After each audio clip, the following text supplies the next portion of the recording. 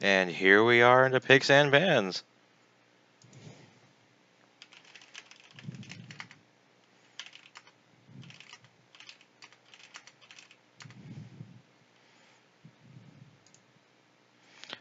We're not into Picks and Pans. I got kicked too.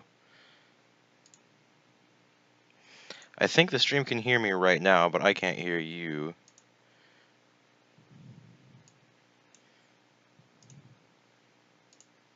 Can you hear me now, friend? No, you can't hear me.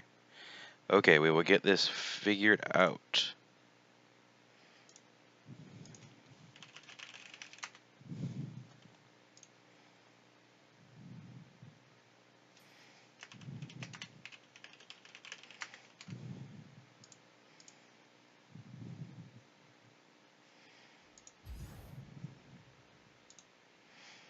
We are currently going to remake the lobby because someone apparently clicked the X and canceled and threw everyone out.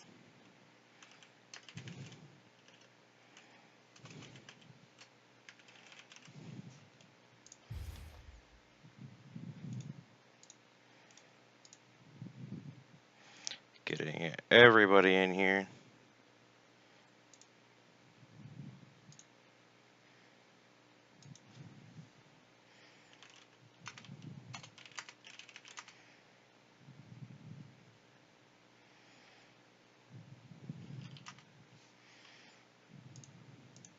Can you hear me now? You can't hear me.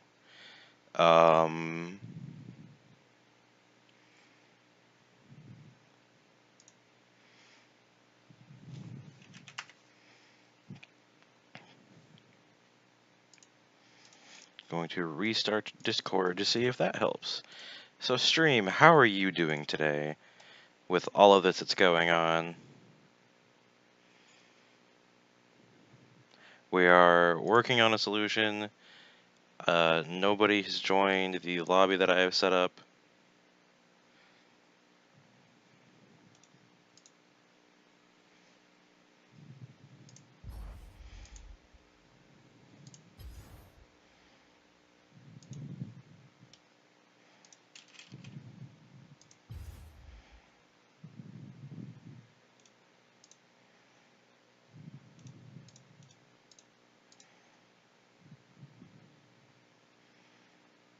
I think,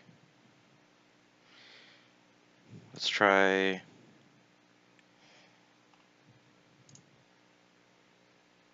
can you guys hear me? You guys can hear me. This is weird. Yeah. Mic check, Learning 5's edition. How's it going, guys? So, direct voices being weird. This is weird. And apparently invites aren't working too, because I can't invite anyone.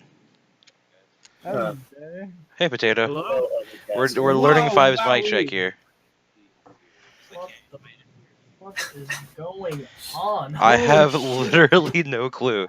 This is... Hello, everybody, and welcome to the Learning 5's Showmatch, and I am Sir Potato, your caster, and I'm joined here by my co-caster, Lol Penguin God, and we are also joined here by multiple members of the Learning 5's community. Yes, including Potato, let's hop coach. into the productions room.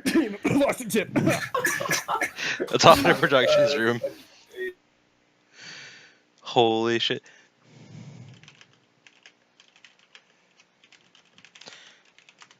What happened? So, okay, I have no idea what's going on, but apparently direct voice calling on Discord isn't working. It's just constantly connecting, but I tested to see in General 3 if I could actually talk to anyone else, and I can, so it's just the direct messages, but also invites on League aren't working for some reason. Oh boy. This is just not our day, apparently. Potato, have you tried doing it? Yeah, I tried inviting you. Yeah, I haven't gotten an invite. Yeah, so invites are not working right now. Holy. Wowies. Brian, what did you do? I didn't do anything. Ryan, what did you do? I wouldn't restart my client right now, Pyre CL, because I might not be able to log back in. I'm gonna try restarting my client. Alright, you're gonna be the guinea pig here. I mean, I didn't have any problem signing in last time. That's true. Um, It says you're online, so you're probably good. okay, well, I'm just I'm logging in right now. Okay. This is really bizarre.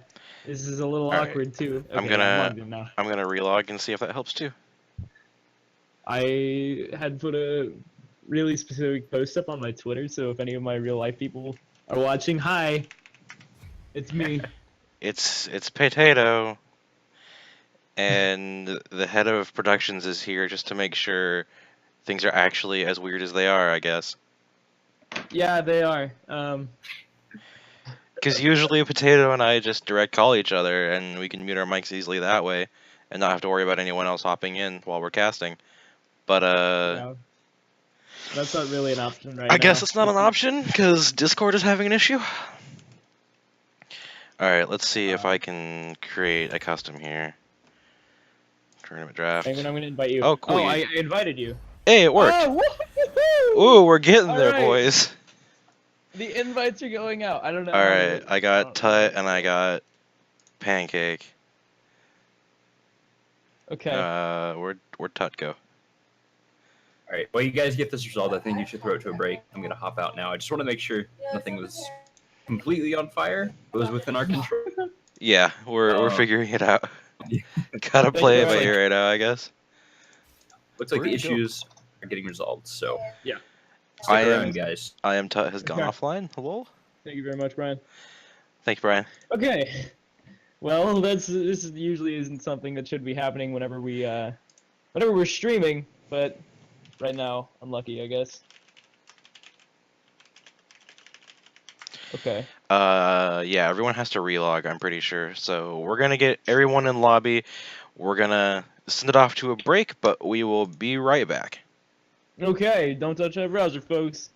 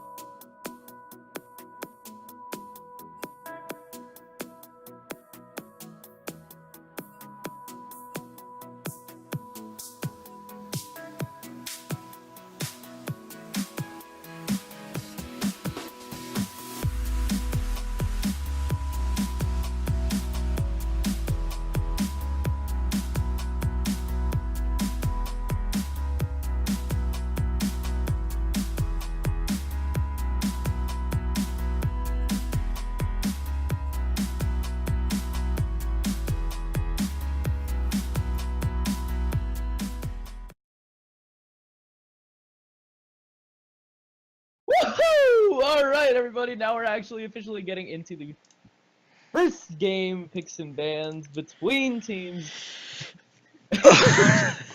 Teams Just the Frosted Tip and Team Steal My Redbuff. Today has been a meme and a half, and that does not end here with these team names. Blue side is just the Frosted Tip, Malek XO in the top lane, Uggles in the jungle, the Atomic Shoebox in the mid. Voodoo Air Force One is a support in the AD carry role because theirs was just AFK for no reason. And Pancake Whacker in the support. Red side is Team Steal My Redbuff with Kelderin in the top lane, Fireflight in the jungle, Slash in the mid lane, Liliana in the AD carry position, and Magunoria, got it, in the support. And we already have our picks and bans underway. Caitlyn Cho'Gath, Maokai banned out from the Frosted Tip, and Draven, Blitzcrank, Janna banned out. They're hovering a bunch of picks here, but we know that these picks go where they are meant to go. So Kayn is top lane, and so is Nautilus, and Rek'Sai is the jungler for Team Steal My Redbuff. Now, we'll see here if the Rek'Sai can actually steal the other red buff. She does really well in the jungle early on, so let's see if she can bring in that pressure. And Kayn is just Kayn. We'll see if he goes Darken form or Shadow Assassin form this game. And the Shaco pick is really interesting. Shaco actually does... what? Who knows, because it's Shaco. Yeah, but we also have a Renekton mid because lols. Wait a second. I need really? to... I'm going to confirm. Boy, I actually really hope that's Renekton mid, just so we can. Oh my gosh, yeah, that sounds great. I would love a Renekton mid. That sounds so terrible. It sounds like a meme and a half, but we'll see if it works. Is that the official ruling? I'm waiting to hear back from Tut on this one, because I really don't want to have to remake the lobby. Yeah, we've done enough of that today. Yeah, we don't want to be like EU. So it looks... Yeah, we gotta prove why NA is better than EU. Yeah, go through in just one. For those of you who are unaware, we had to do something similar to this process around 5 times this morning. And I'm saying morning, even though it was afternoon in the EU, because it was EU, very much in the afternoon. Yeah, but oh, and I'm on the West Coast, so that wasn't like 11 in the morning for me. Yeah, so they had messed it up a little bit. Seems like they messed it up a little bit. Kayn is mid and Renekton is top. That's the only difference. So okay. we have a Kayn mid instead of top, which is okay. Yep. That'll I mean, it has worked in the past. It's still a little bit troll, but I mean, it's not too bad. There's more troll picks. So let's see. You got Twish, Thresh in the bottom lane versus Tristana and Sona. Sona is very near and dear to my heart.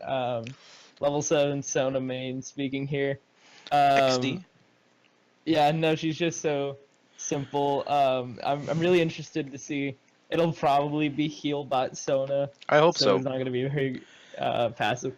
I really hope it'll be full AP Sona, building that Lich Bane, getting Sheen first back. That would be so good. Yep, we'll see if the Shaco can have enough early pressure to make a difference in this game, or we'll see if Rek'Sai can take over against this troll Shaco pick. I'm pretty sure it's not troll, but we'll see how it works. But we're going to throw it to a wait screen while we get into champ select. Any closing words, Potato? Yeah, Deathfire Touch, somebody in Twitch chat. Deathfire Touch, the interaction between Kayn and Deathfire Touch and Redbuff is actually removed, or it got fixed, not removed. So if Kayn runs Deathfire Touch, he's not going to get all those extra passive orbs. So that's something you can look out for. But that's all I really have to say about it.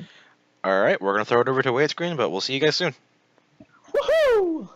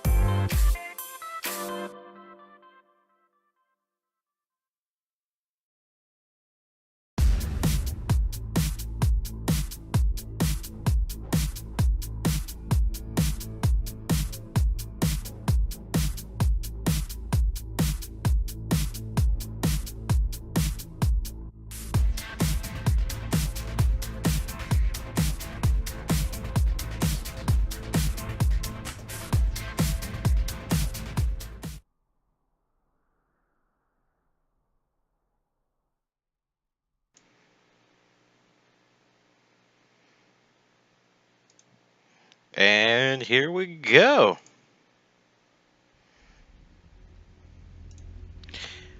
Into the first game of our NA show match here. My We mic was have. muted. It was. I was handling it Yeah. myself though. We got this. I have way too much energy right now. Feels good, man. Hey, it's better to have too much energy than not enough energy. Especially as a caster. It looks like we're gonna have a 5-man stack here already. Some Yep. spicy memes going on here. Alright, I guess we Hopefully. should introduce the stream. So I'm gonna be your play-by-play caster tonight, and I am joined by my lovely color co-caster, Mr. Penguin God. Heck Mr. yeah. Sure, Penguin God the Fourth, and we got a lovely game of League of Legends coming at you tonight. Coming at you like Yeah. Cleopatra. There you go. Got a Boy, nice little stack going on here, but they're just going to roam around and do absolutely nothing with this. They could just roam into the jungle and get a free kill on Shaco really easy, hurt his jungle start, but they aren't going to do it. And they're going for it now, though. The call has been made. The Shaco has indeed spotted them out. He's starting to Oh, run snap. away. Sona getting the autos off already. Oh, that sucks. They just took They out just his ruined boxes. his boxes. Feels bad to be a Shaco right now. But he's Yep. just going to go over to probably that Redbuff. Oh And wait, look at bottom lane. The Twitch and the Thresh right now know that everybody just showed on the top side of the map, so they're looking to invade the blue buff. see, it would be, yep, there they go. I was about to say, Made it. they're just That'd be putting a troll. ward there. Yeah, if it would be hilarious if they had gone to get that blue buff, but they know that it's a bad idea to try and take that for the Twitch and Thresh. They take too much damage, and it's too slow for them because they don't have Smite. But Shaco's just going to start his red buff pretty okay for him.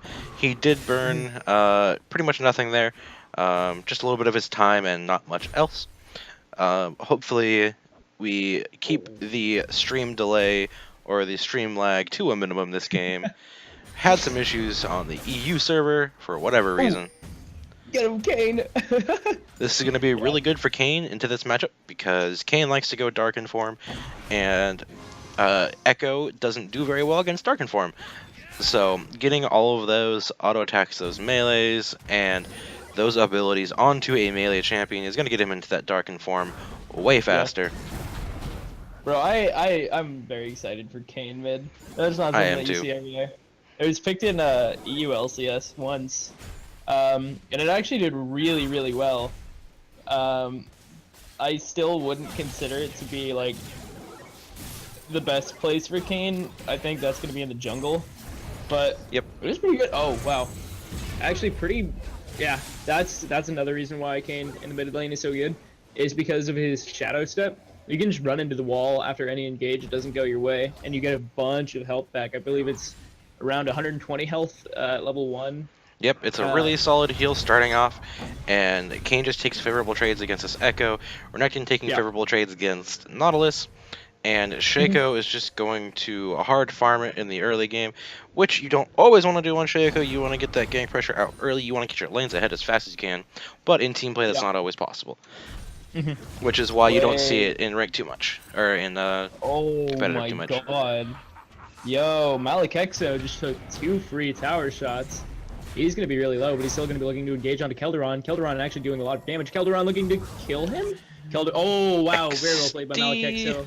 Malekexo ends up taking the kill onto Kelderon. I'm going to give him the credit. I'm going to call that a bait. I don't think that was a bait. He just seemed to kind of... Nah. That was 100% intentional. Yeah, must be. Clearly these guys are like LCS level, which is why they're part of Learning 5s. Yep. never underestimate the pure mechanical genius of Malekexo. Exactly. I'm also going to touch on the fact that the Twitch, the AD carry, is a sub. So they aren't going to have the perfect synergy, but they will have relative synergy because apparently they have played together before.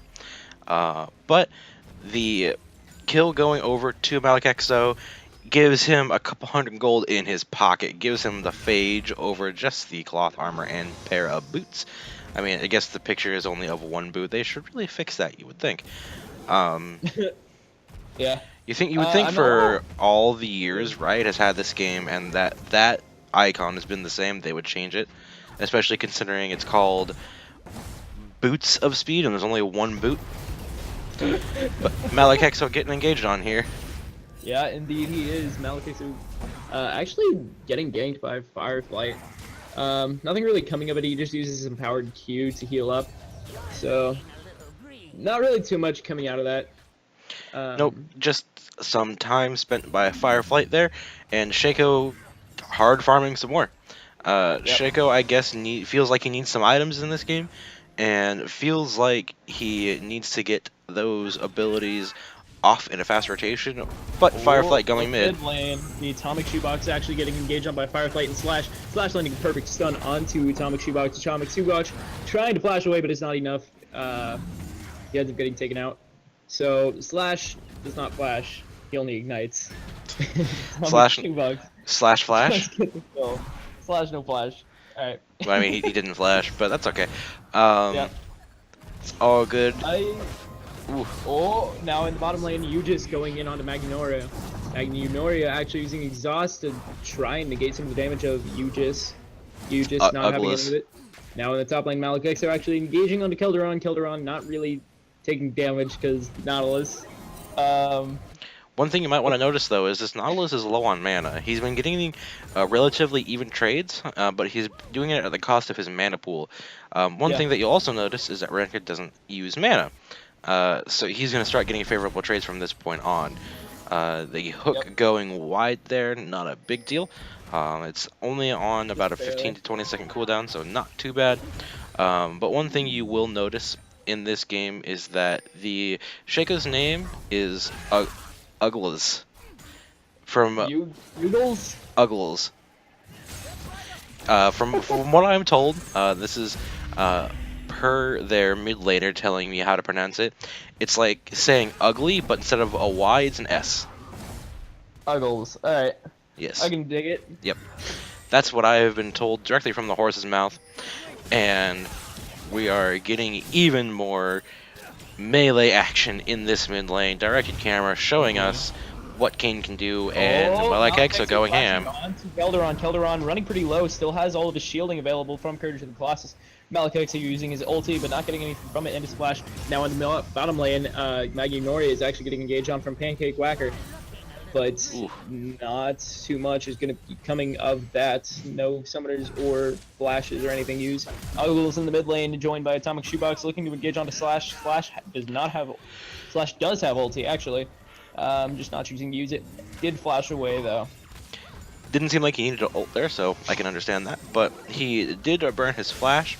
His ult was not in position, I think, to ult. He probably would have just died there anyway. Chooses to save that cooldown. And just burns flashing and gets out of there. Let's looking at the CS scores. This Malakix on Renekton is just stomping the CS numbers. Yeah, he's doing very well. The other lanes are relatively even.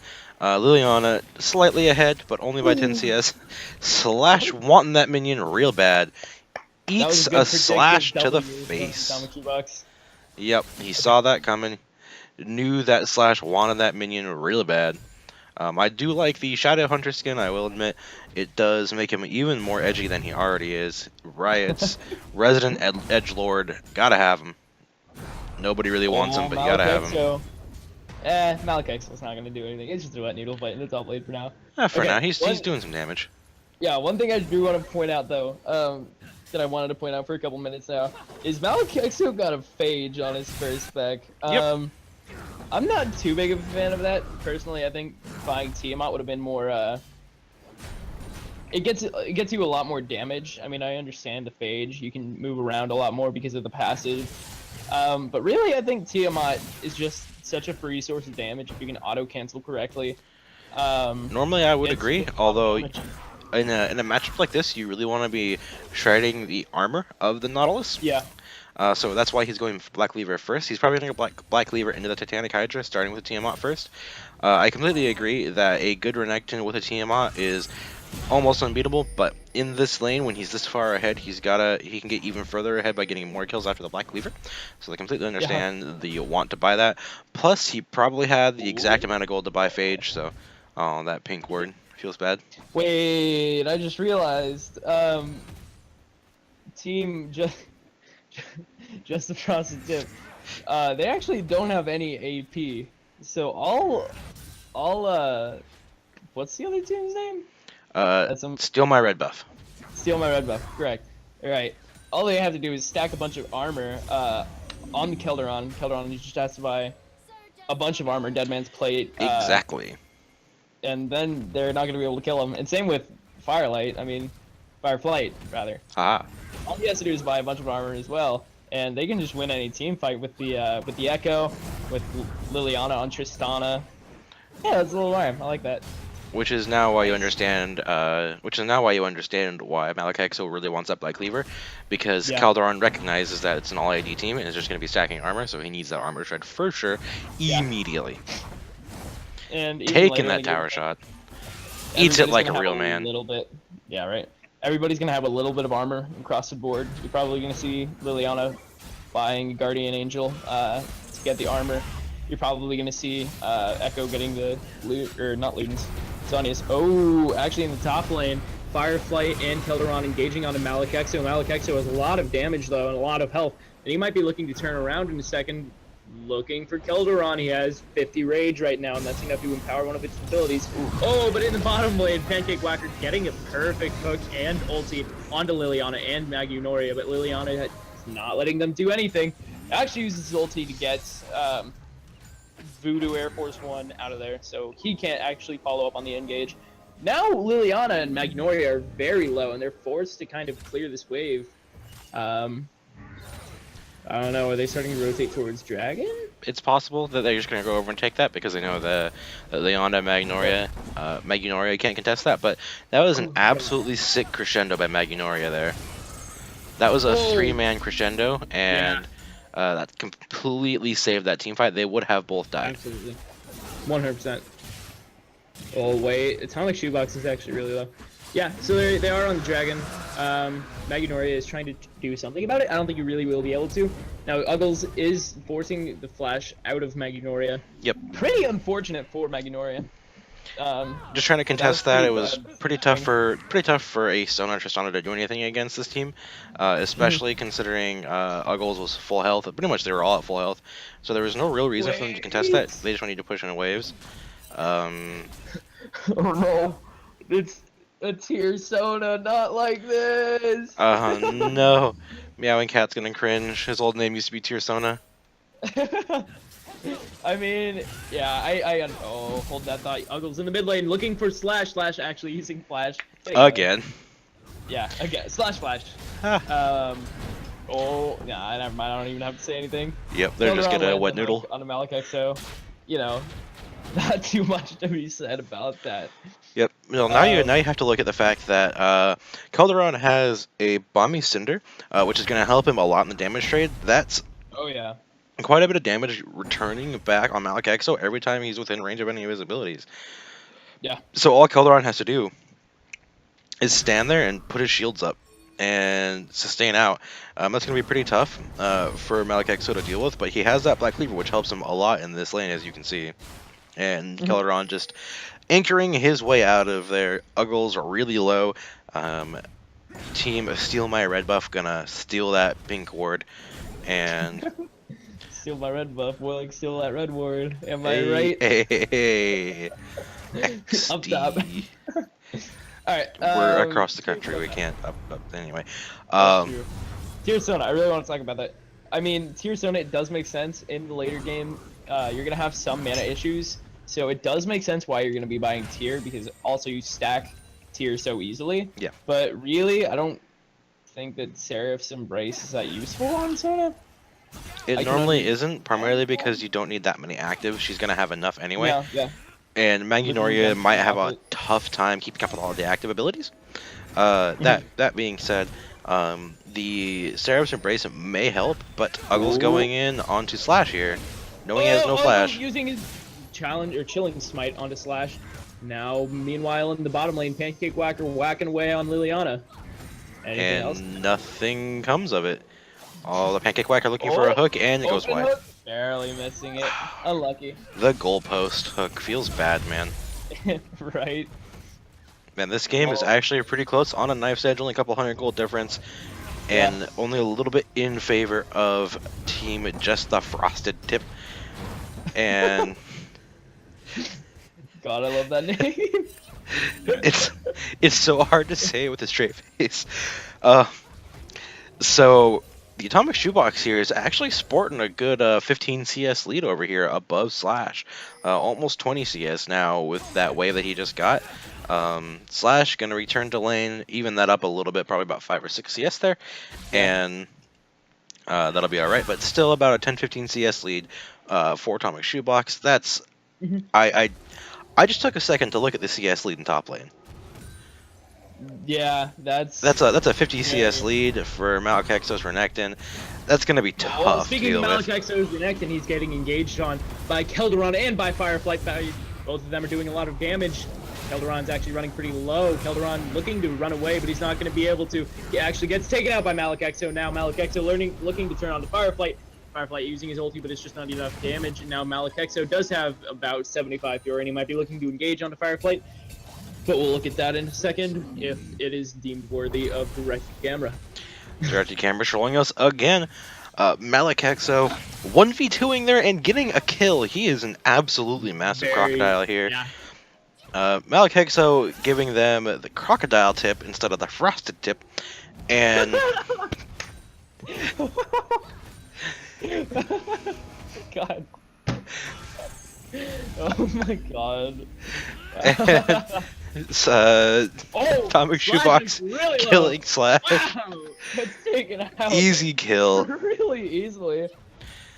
Now, see, that's a tough matchup for the Echo there. He could have just used his ult at that point, but he would have put him back further away from his tower, which might have killed him in the end. But Yeah. generally, if you are low as an Echo and a Kayn ults you, just use your ult right away. You Yeah. cannot bait out the damage of that just because his is instant, whereas yours is not. That being said, Slash dying there basically for free. CS lead getting bigger every single wave. Now, But here's a question. Would you be able to use Echo ulti in time to perfectly negate all of the damage? you Because you could. become briefly untargetable and invulnerable, so I suppose you are able to time it right. If you time it just right, then you will be able to just completely negate all of the damage from Atomic Shoot. Excuse me, from the Kayn ulti. There is a That'd be frame really where interesting there is one frame where Kayn appears as he's leaving your body. Oh god, there's so many jokes I can make about this. And there is that one frame, and so Slash could potentially outplay really hard and use his ult right as that frame happens, but it's tough to do that sometimes because you don't know when exactly he's gonna do that. He could do it instantly. He could wait the full duration. You just never know. Oh, that's how it works. I was playing Kayn yesterday. He's free to play right now, and I couldn't figure out his ulti at all. it's actually much similar to kind of like Zed's ult, where you go into someone, but instead you sit there for a little while, and then you can recast it early to leave early, basically. Oh. Yeah. Neat. Yep. Oh, Now, no. So, not only can you guys learn from this, but also the casters can. Meanwhile, in the bottom lane, Uggles is looking to engage onto Team SMR's bottom lane. Oh my god, that was great. Crescendo coming in from Magnolia. Magnolia just getting taken out by Uggles. Now, Atomic Shoebox is in the bottom lane looking to clean up. Now, Firefly is getting exhausted. There's so much happening. He ends up getting taken out, and that's that's not 4 people. That's 3 people plus a Shaco clone in the bottom lane looking to take this first tower. But in the in the mid lane, Echo might be looking to take out this first tower. I don't think he has minions for it. And yeah, that tower is definitely going to be going down. So first tower goes over to just the frosted tip. And Magunori with the sick crescendo again. Yeah. That was really awesome, although it didn't really matter because the rest of the frosted tip came in and gave them their frosted tip. And it just felt really bad to be the Tristana Sona lane there.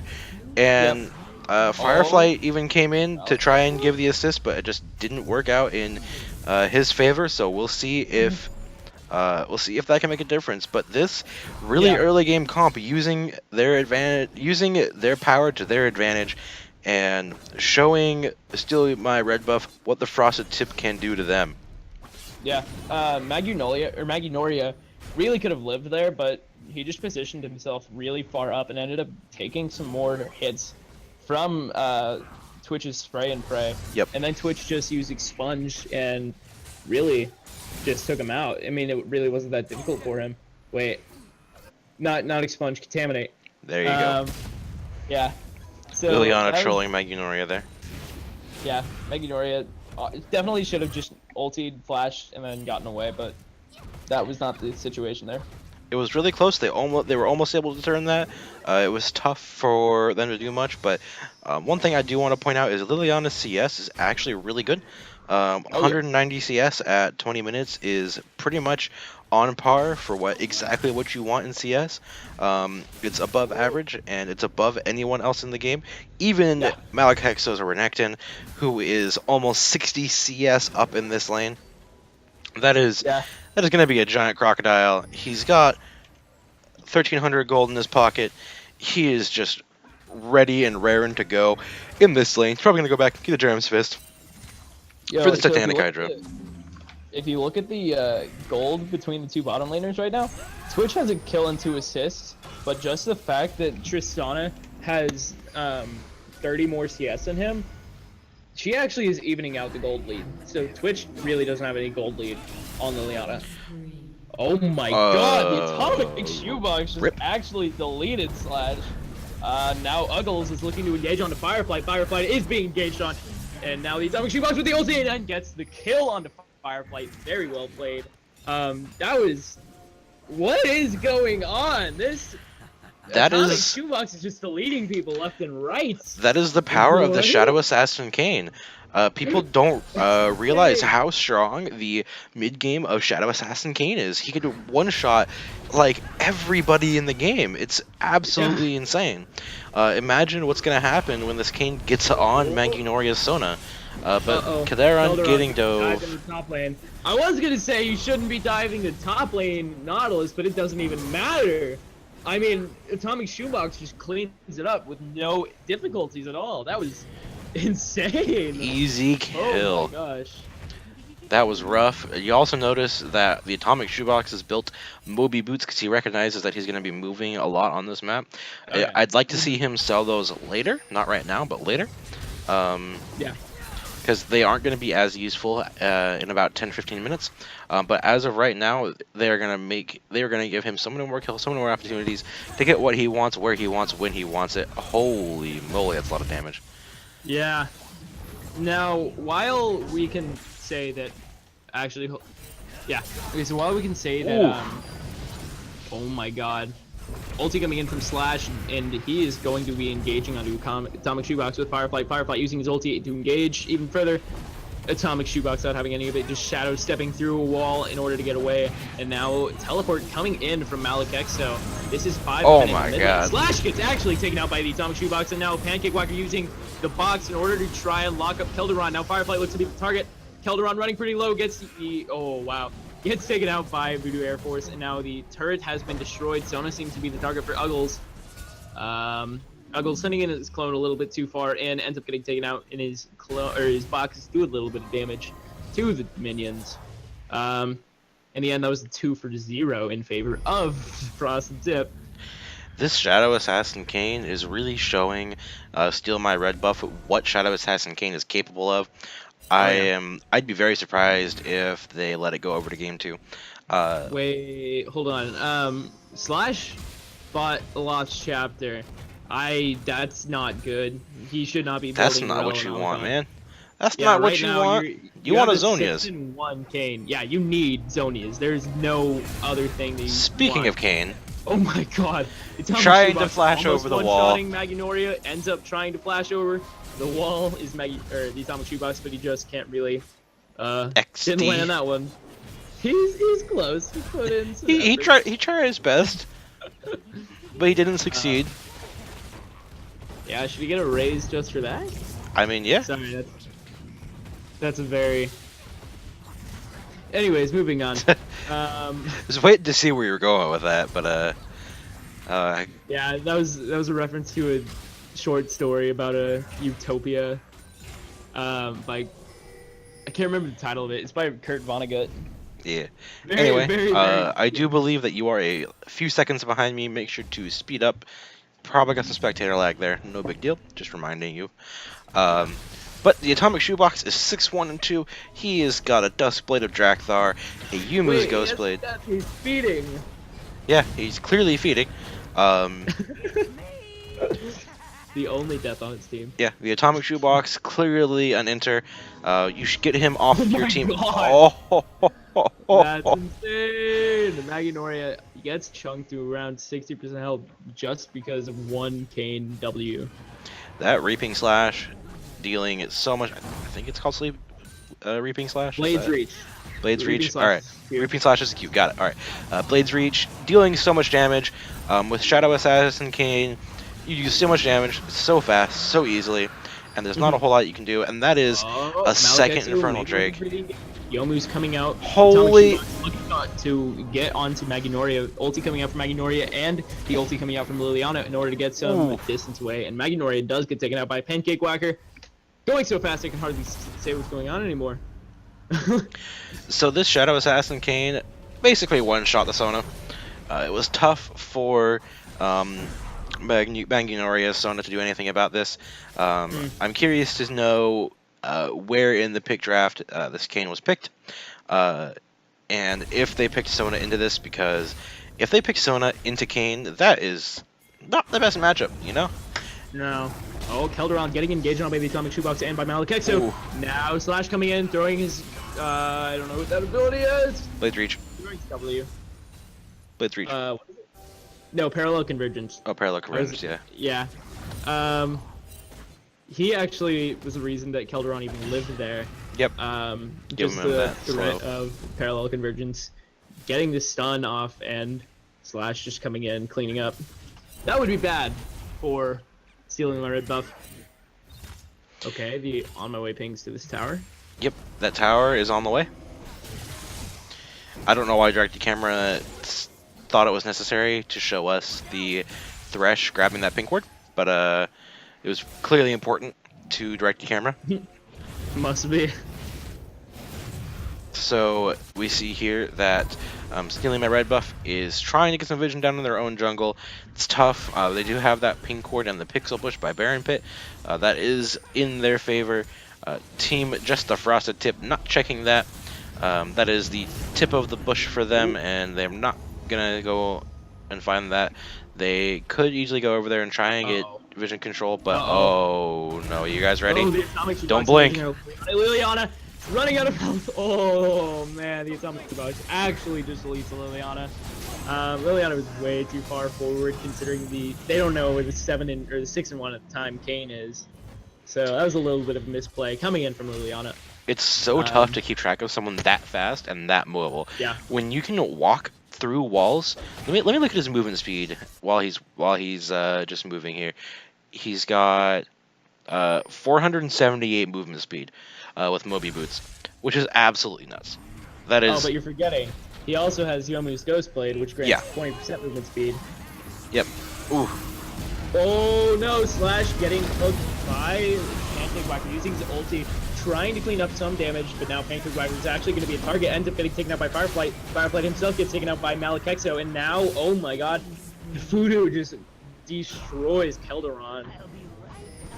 Now these mid lane tier 2 tower is going to be the target for Team Just Across the Tip.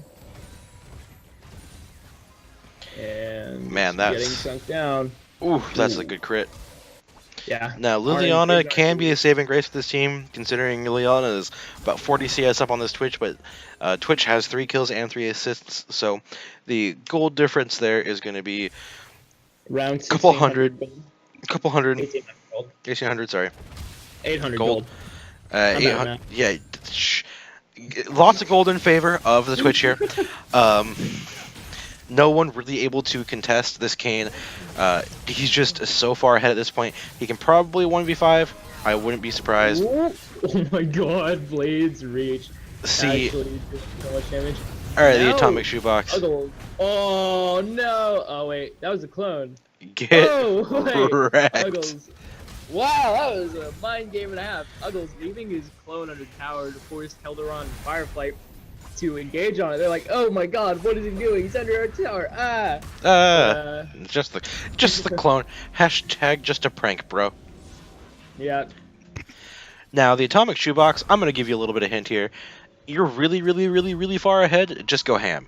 Like, you could have killed all 3 of them there. No problem. 1 Blades Reach almost killed Magnoria's Sona. Just go ham. Even if you burn with 2 to 3 ults, it's still worth it for your death.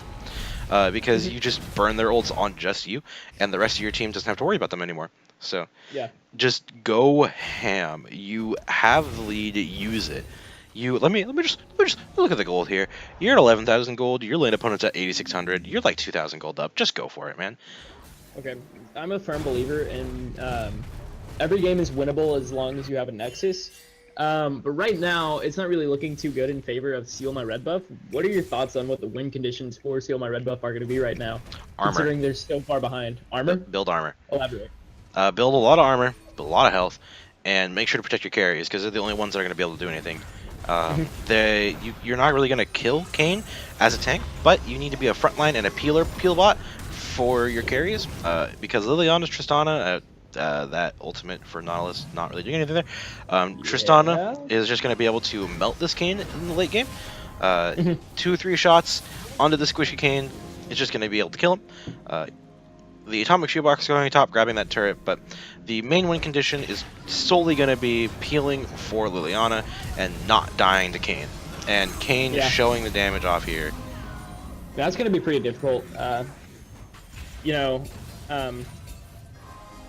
Sorry, totally lost my train of thought. Liliana and Voodoo Air Force are both on hyper carries, whether it's the Twitch or the Tristana. Both of them have insane late game potential. If you give them the opportunity to, they're just gonna destroy everybody in a team fight, as long as you're protecting them. And so as long as Liliana is gonna be protected, he's gonna have just as much potential to take over a team fight as Voodoo Air Force has to take over any fight. But it's gonna be very difficult. They have a lot of Team Justice Frosted Tip has a lot of powerful engage with the Kayn, with the Thresh. So if Liliana gets caught out in any way, shape, or form, that's going to be the end of a team fight. It sure is. It's going to be tough for Team Steal My Red Buff to kill the enemy Nexus here. Just the Frosted Tip really showing what they can do, and clearly Thresh is also inting, so we'll see if that can change in the next game. But you also have to remember that this Twitch is also going to be in the back line doing about as much damage as Kayn is doing in the front line. So Team Steal My Red Buff is gonna have to deal with two major threats, not just one. And on top of that, Shaco's going to be in your back line, annoying the hell out of you. Not much you can do about that. But you can just do this. Firefly actually engaging onto Uggles. Uggles running pretty low. Parallel convergence coming out. Nothing else. One disadvantage that Shaco has is that he literally just has to walk up to you. He does have that Q, a little bit of a dash, but it's nothing really to worry about. An odd build by Uggles here. He went for the Luden, not the Luden Psycho, but the Runic Echoes. Not Runic Echoes, that's not what I'm talking about. No, he has a little bit of AP and a little bit of AD. He's going for the mixed Shaco build, the sustained teamfight damage build, rather than just the one-shot AD or AP build. He went for the Runic Echoes into the Hextech Gunblade, and he's going for a TMI item, and he also has a Sheen and an Aether-Wisp. So who the hell knows? Oh! Liliana almost takes him out, but now Atomic Shoebox is running really low. It has to flash out. Liliana flashing forward. Ulti coming in from Rek'Sai, actually taking out the Atomic Shoebox. And that's going to be a lot of power going in favor of Stealing My Red Buff. Uggles is being engaged off of multiple levers here. Clutch! Nautilus hook landing on him. Uggles is trying to run away. Uses the Thresh Lantern to escape. Wow. That's insane. The Atomic Shoebox could not die. That is so much momentum for Steal My Red Buff. The Atomic Shoebox clearly inting there, just giving over a free kill over to Steal My Red Buff for no reason at all except to maybe give them a chance. I think that was his only reasoning there. Give them a little bit of hope so they don't FF at 20, although it's 35 minutes into the game. One thing I'm noticing though is that just the Frosted Tip is having a hard time penetrating that base, and there's a lot of wave clear on the side. I didn't even try. There's a lot of wave clear potential on the side of Steal My Red Buff, so it's going to be really hard to crack that base, and they have a lot of kite and a lot of peel, so it is entirely 100% possible for them to win this game if Team Just the Frosted Tip let them stall it out even more. If they just keep letting them farm these waves, keep these waves from entering their base, and keep Just the Frosted Tip out of their sacred temple, it's going to be... Firefly looking for engage, gets chunked out. The ulti getting out from Magnolia. Pancake Wagger is going to be the target for Liliana. Liliana trying to put on as much damage as possible, but it's not enough to actually take anybody out. Magnolia with these absolutely clutch crescendos. Oh, Dodges out the Reaping Slash. Magnolia actually getting ulted by the Atomic Shoebox. Slash actually has a lot of damage putting it onto the Atomic Shoebox. Oh, the Q from Firefly onto Voodoo Air Force. Voodoo Air Force flashing away from Firefly. Firefly actually gets taken out by the Atomic Shoebox. Now Slash is looking for the Atomic Shoebox, ends up igniting him. The Voodoo Air Force is looking back on him. Uggles takes him out.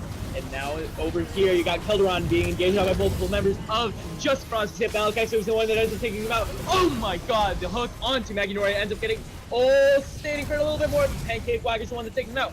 And now Liliana's going to be the target for Just Frosted Tip. Running out of health, and the Blades Reach is what takes him out in the end. That's the tier 2 tower in the mid lane. They're going to be looking for the next... Oh, are they just backing? What is this? Question mark? Okay, well, the Atomic Shoebox is looking to back, but Uggles is going to be starting on the Baron. Why, Atomic Shoebox, what are you doing? You should be helping your team Baron. You have so much damage. Pancake Wagger's going to be running really low here, actually. So that engage was super good. Magnolia with the absolutely clutch crescendo that ends up not saving them entirely. Magnolia is clearly experienced on this Zona, so very, very excited to see if Magnolia gets that in game 2. But that was a 5-for-0, but they didn't take the base. They had a minion wave right there. They could have won the game off of that engage. I'm not sure about that. They were up in about 20 seconds. Firefight was actually up in about 15. They could have gotten the inhibitor. They could have gotten an easy inhib for free and then also gotten the Baron. That's one thing you have to remember when you're ahead like this, is that take every advantage you can, not just the free ones. The free ones and the safe ones are easy, but they're not what's going to win you the game. This game should have been over a long time ago. You don't often see games with a 15,000 gold lead, and it goes on until 40 minutes. But in the mid lane, Voodoo Air Force gets deleted by Liliana. Very well played. That's going to be a lot of damage from Just the Frosted Tip. Out of the way, speaking of damage, the Atomic Shoebox actually just one-shots Liliana. And now the ulti, actually never mind, that wasn't an ulti from the Atomic Shoebox. That was disgusting, Liliana getting just deleted. And now that's an ADC for an ADC. Both of them are down. Both of them are not going to be available for the next team fight. And in the end, I think without Liliana, the Frosted Tip probably isn't going to be able to win another team fight. Probably not, really, but they can stall out these waves. They can stall out the waves with Slash's Echo here. That Time Winder is just going to be able to clear waves pretty easily. You're going to throw it out over and over and over again, and make sure that the waves don't really reach the tower. And because the Just the Frosted Tip does not have any ranged champions alive, they can't just take free shots at this tower. They can't just walk into the base because they're going to get engaged on. So all they can really do is watch as their Baron-empowered minions fall to the base for no reason at all. Now just imagine here, if they had this middle inhib down, they could have done a 4-1 split, sent Malakexo or the Atomic Shoebox into that bot lane, and have the other 4-man squad in the top lane. Ooh, that hook is good. Hook onto somebody, and now everybody's taking a lot of damage. Slash is forced to ulti out. Now Uggles is looking to do some damage, and everybody's just doing so much damage to each other. Uggles ends up taking out Fireflight, and now, oh my god, Liliana taking out Malakexo. Uggles getting a double kill, taking out Kelderon, and now Slash is taking so much damage, gets taken out by the Air Force, and now that's the triple kill for Uggles. That's going to be the game. That's a 5-for-2 ace, but it doesn't even matter anymore because Voodoo Air Force is alive, and he's just going to be able to do so much damage to all of these towers, and eventually the Nexus can take the game. Yep, that seems like it's going to be the game. It's 20 seconds on the closest member. That is game 1 going in favor of Just the Frosted Tip, showing them their true power, showing them their true length and their girth in this game, and hopefully Steal My Redbuff can even it up in game 2. Yeah, that was just a bit of a wipe. That was way too long of a wipe, though. I mean, This game, there's no reason that it went on for 40 minutes. It should have been over such a long time ago. Everybody had such a significant lead on their enemy laner. In the top lane, there was a 4,000 gold lead. In the jungle, there was a 4,000 gold lead. In the mid lane, there was a 5,000 gold lead. The numbers are just so insane all over the map. There's no reason that this game was 40 minutes. If Justin Frost and Tip had, if they had traveled as a unit, they could have gone in and just taken anything they wanted. I mean, their team fight is going to be insane. I think Maggie Noria is going to take a lot of the credit for the fact that they didn't end the game faster, just because of all of the ultis coming out that ultimately saved the game. I'm going to say the MVP is going to go to Maggie Noria for that game, for Steal My Redbuff. Yeah, those were some pretty clutch crescendos. They didn't really amount to anything, but they were amazing. They were solid. Yeah. And hopefully we'll see more of those in Game 2 because they were absolutely fun to watch. I can imagine we're also going to see a Kane ban in Game 2, unfortunately. Rip. Yeah, rip, really.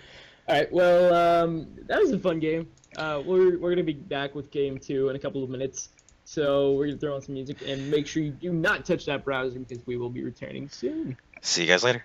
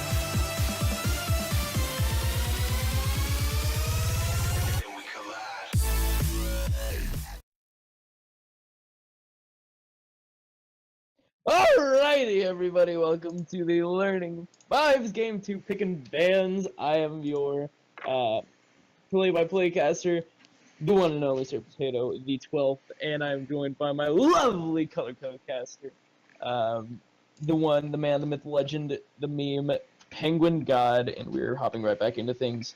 Kicking off pick bands of Game 2 with a Draven band, a Cho'Gath band, a Tristana band, and a Rek'Sai band.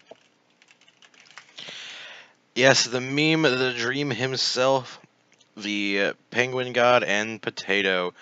It feels good to be here in Game 2. Just the Frosted Tip is on red side this game, and Steelmire Redbuff is on blue side. We have the same rosters, so I won't go over them again. But the Kane band coming through, that was expected. Calderon picking up his Nautilus. Again, pretty expected. He had an alright showing on that champion. It was tough for him against the Renekton, but he was still able to hold pretty much his own, and here we go. There it is, boys. The first of many. XD. Alright, well, that's not the first time I've happened today. Alright. Well, in the meantime, you guys can all enjoy my work of art that is the imagery post that was posted in chat. I thought this really exemplifies my personality, so I decided to share with all of you Twitch chat. So feel free to go click on that. He's a meme. That's what he's trying to say. The best meme ever. Tell me what you guys think about it. What do you think, Penguin? It's something. It's something. I'll take it. Oh wow, I'm getting called an idiot. Well, I guess I deserve that. I mean, You know, you yesterday. you submitted that as a dab emote. I feel like you deserve it. Yeah, I do. Definitely. XD. All right, well, pick All right, we're going back into Champion Select again. Same bands coming through. I hope they do them very quickly. They ban out the Tristana. Liliana's Tristana was really good. It was the one saving grace, or one of the two saving graces that they possibly had. The Rek'Sai ban also coming through against Fireflight. I guess I didn't like that very much.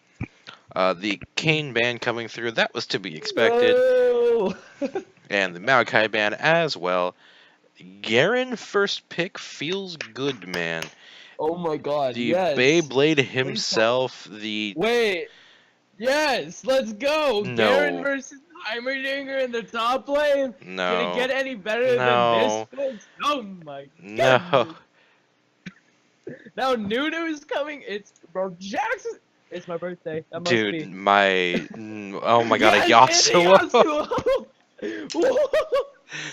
Alrighty, everybody. And a This is gonna Zed! be the best game. And the Zed! Oh my god! Guys, I'm so excited. I actually need to confirm. Is this a troll? This is the best of all of the things. This is the best thing, everybody. Oh my gosh. Oh wow. I'm so excited. If all 10 of these picks end up being placeholders, I'm gonna be sad. But wait, but there shouldn't be any placeholders. There shouldn't be. Oh my god, dude, this is so great. I'm so glad I'm casting this game. Yeah. We have been graced with the casting of a Garen Jax Yasuo and a Heimerdinger Nunu Zed. The Twitch is the same pick as last game. Kind of expected that. Bard ADC? Is that what this hover is? Because it wouldn't be a hover for support, because that's what we have Pro Draft for.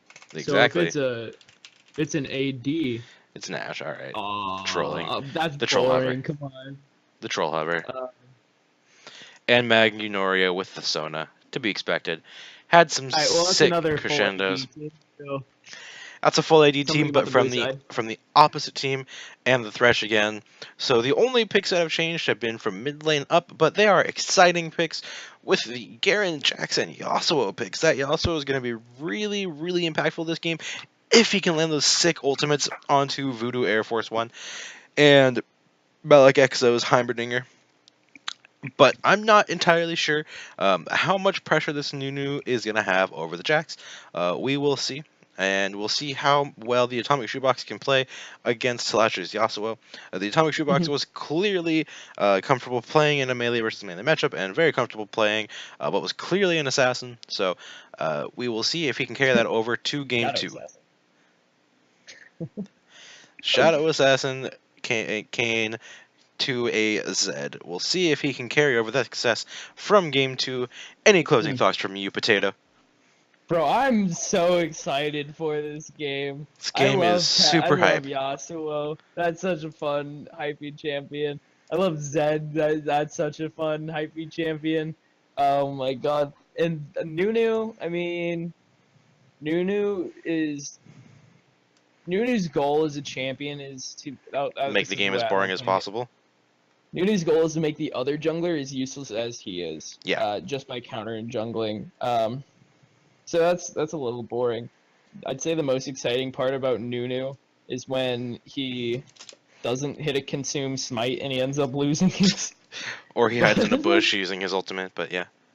Yeah, or Rise Nunu Yep. Dukes. That's fun. XD. But I friggin' love Yasuo, man. Well, I this love Jax. game is going to be extremely hype, and we are very happy to be casting this game. Yeah, All very much so. But we are going to Oh, throw wait. it over. Oh, wait, you have another Hold closing on, thought? before we throw it into music, I really want to comment on Kelderon. He's gonna have a very difficult lane. Oh, yeah. Garen into Heimerdinger. He's not gonna be able to get any CS. Pretty much, he's gonna be forced under tower every single time. And there's not gonna be really anything that he's gonna be able to do about that. So I'd say Malakexo is probably gonna have a lot of pressure in the top lane. Yep. I'm assuming that Malakexo picked the Heimerdinger after the Garen had picked Garen, just so he could have a ranged top laner. But I don't think Heimerdinger's really the best ranged top laner. Yeah, But probably not. It'll still work. Yep. So, But we will see how it goes into game. But for now, we're going to toss it over to the wait screen, have a little music before we get in the game, and we'll see you soon. all right.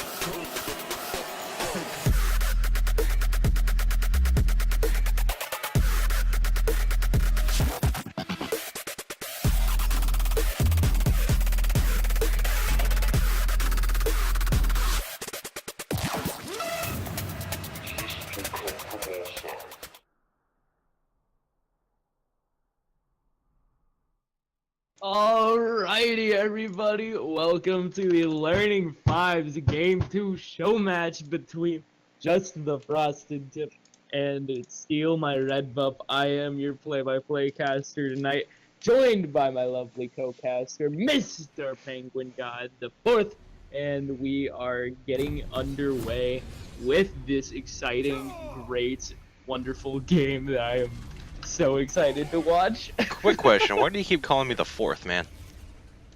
I'm the one and only. It's a part of your lineage. Come on, man. No, I'm the one and only. I am the god of penguins. What are you talking about?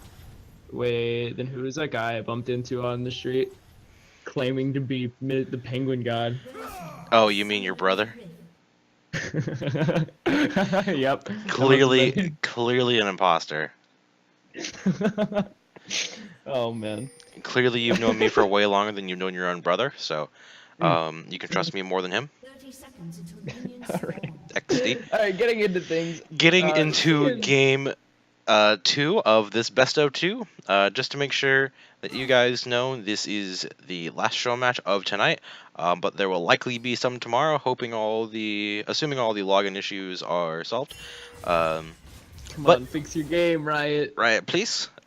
With that, we are about a minute into game 2, and we already have an exciting start with that ward placed on the blue buff of Team Just the Frosted Tip. Team Just the Frosted Tip picking up a win in game 1, and showing them what they are really capable of. The Atomic Shoebox really showing what he was capable of. They're going hard on that Shadow Assassin Kane. He has Zed in this game, which can be as impactful if he can get super far ahead of this Yasuo. They both have Ignite, so this is going to be a really volatile lane. I'm super excited to see what happens here. Oh my god. Steel Tempest. Wow. I'm just too excited, man. I love Jax as a champion just because of him being Jax. It's so good. Oh, Steel Tempest landing on the Atomic Shoebox. That's third. Which I don't know what his third Q is called. I know that I think there's a specific name for each Q slash as. Well, I'm sure you can sit there and watch Yasuo on your own and figure out what they are called and inform me later, but Oh, I can do that. Slash getting some free damage onto the Atomic Shoebox, considering he got level 2 first. The Atomic Shoebox just getting level 2 now.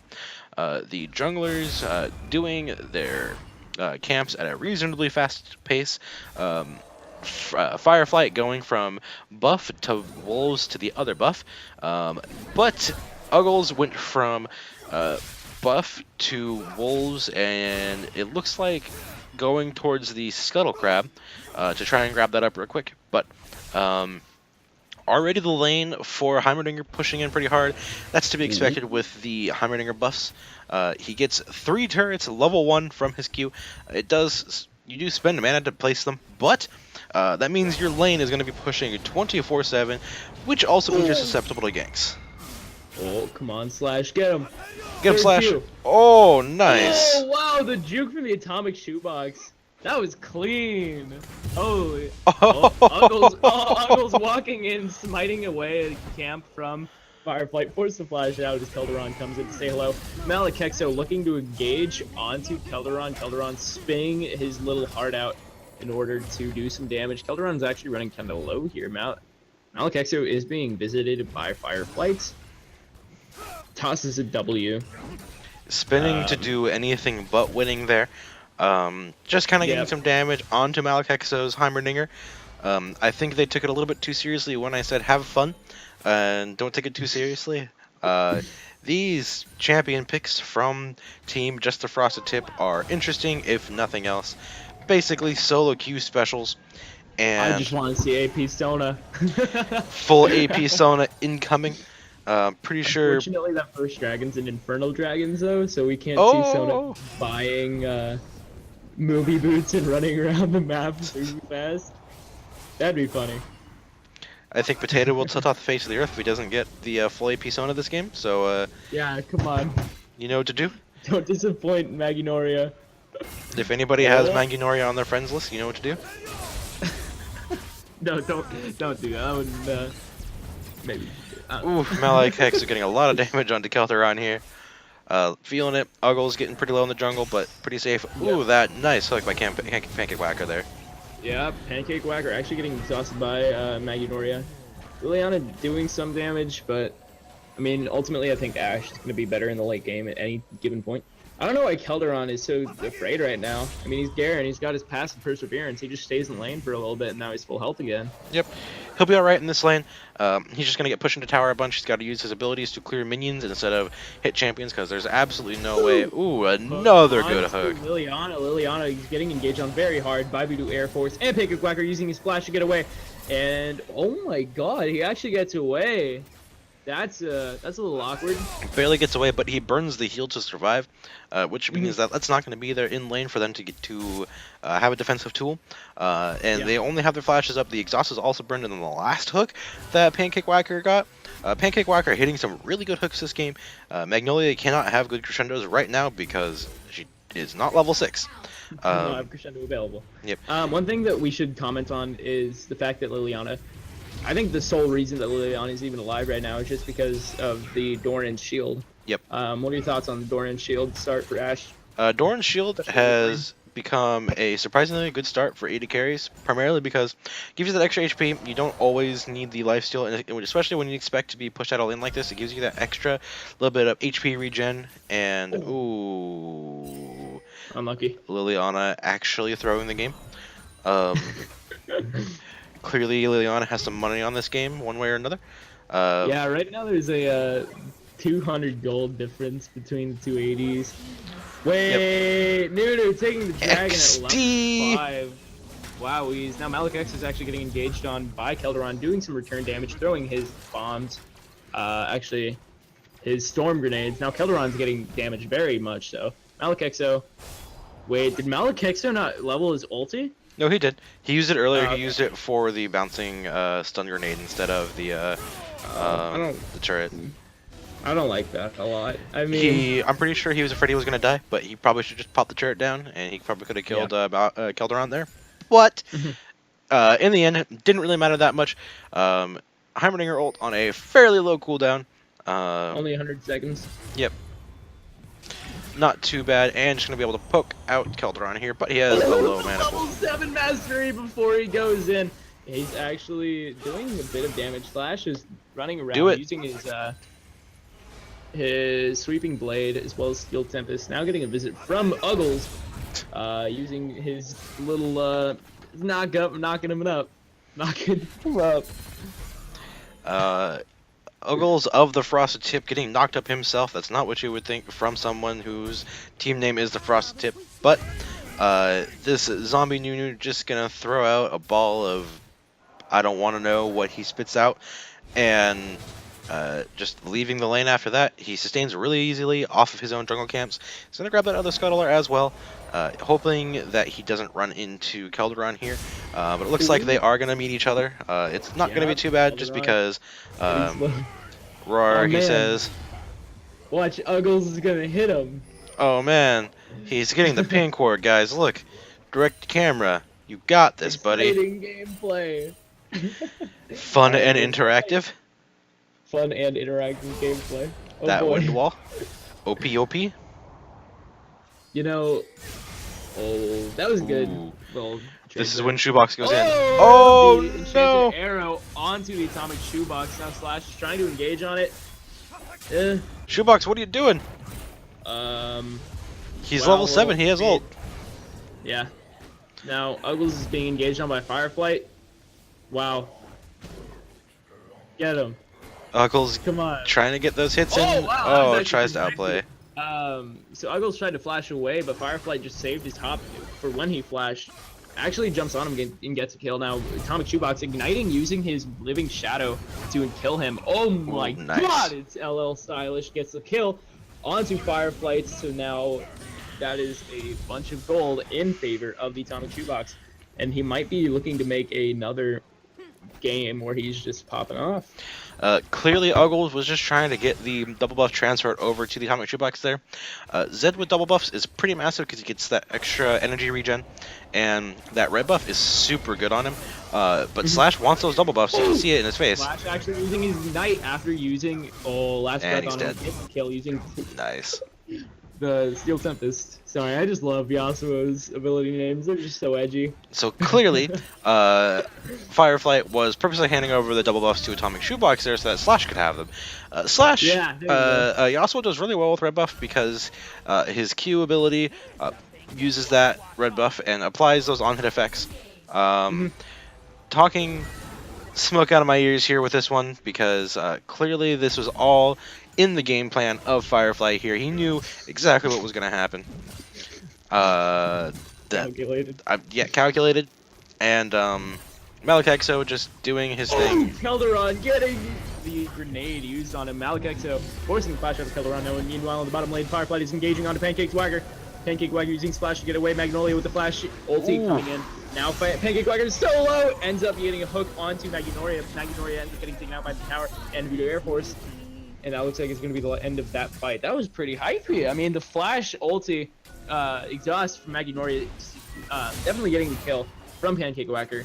Just pretty unfortunate that Pancake Whacker also saw this coming and got to the hook under the tower now. In the mid lane, the Atomic Shoebox and Slash are beginning their fight.